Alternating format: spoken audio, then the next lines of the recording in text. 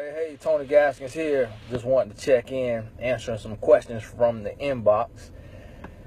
And that led me to touch on how long you should wait for marriage. Now, what I want you to understand is that it is the man's place to get on one knee. I've seen in the past of women proposing to a man, and that is the wrong thing to do, because if a man does not want you, you proposing to him does you no good. And one thing that men are not good at is hurting a woman's feelings. Women will hurt a man's feelings much quicker than a man will hurt a woman's feelings intentionally, like on purpose. A man may hurt a woman's feelings by getting caught up cheating or something like that, but intentionally, 9 out of 10 men don't want to hurt a woman's feelings. So if you get on one knee and you ask this man to marry you, he may very well say yes and don't want to be in a relationship with you. But when he gets on one knee, that's when you know that he wants you and that he wants to be in that relationship. And to be honest with you, because of how we're built, because of how we're wired, because of how relationships were created to be, it is of the essence that a man finds a wife, not a woman finding a husband. Let a man find a wife. Now, what I want you to understand is that after a man passes the age of 25, he comes into a new realization about who he is and about life itself. So once he passes 25, to me, that is the rite of passage. That's the age to where now there's no more excuses. Even if you were getting a master's degree, or a doctorate, around 25, you're nearing there. You're around that place. You in your career or moving towards it, you should have an idea of who you are as a man, who you want to be, how you want to spend your life. You should have a real plan. So once a man crosses 25, if you're in a relationship with him, it should not take a man longer than 3 years to decide. And that's being gracious. To be honest with you, if you are actively dating and you are exclusive and you are serious and you are committed, a man should know if you can be his wife in the first 12 months. I knew my wife was my wife, that she could be my wife from our first 6-hour conversation. We sat down and we talked for 6 hours the first time we sat and talked in person. And when I got up, I said, that's my wife. She's my wife to this day. We're going on 11 years of marriage, and she'll be my wife until death does us part, Lord willing. And so I knew.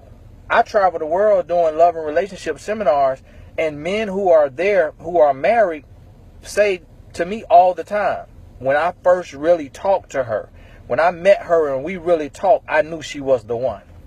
So it's pretty common. Now, what I want you to understand, the longer you have to wait, the slimmer your chances of being in a successful marriage are. Because what happens is the longer a man strings you out, so once it gets past that 3-year mark and y'all have been dating beyond the age of 25, after the age of 25, once it gets past that 3-year mark, now what this was is he was trying to find himself. He said he wants to be financially stable. He's giving all these reasons and excuses. I want my finances straight. I want to be in my career. I want this. I want that. Okay, cool. Well, whatever you say. You should be building with your wife. You should be building your finances with your wife. You should be building your career with your wife. She's a vital part of your success as a man. If you do it all on your own, then what do you need her for?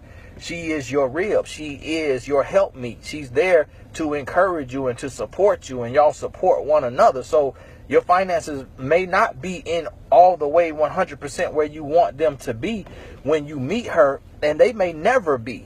You can get married thinking that your finances are where you want them to be, and then you get laid off, or your business goes, out of business. The market changes, and now you back to square one. So what do? Get a divorce because now your finances aren't straight? To me, it's an excuse. You should be wanting to build with that woman. The truth be told, what it really is he doesn't know if you're the one.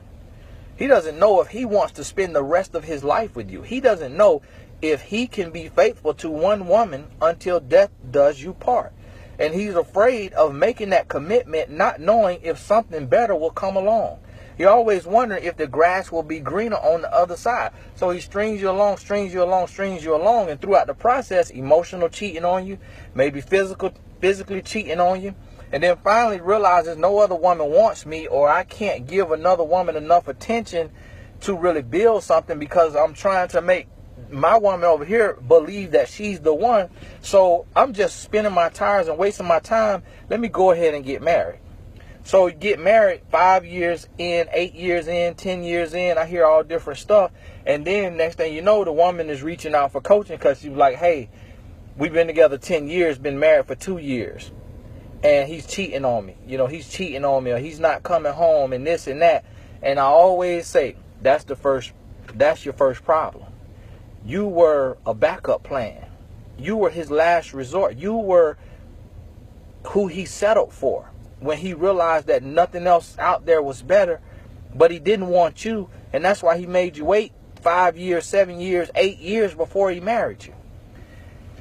Very rarely there are exceptions to the rule. I have not met that exceptions out of the thousands of people that I've seen. And don't worry about trying to prove that you're an exception in the comments. I got to see it with my own eyes.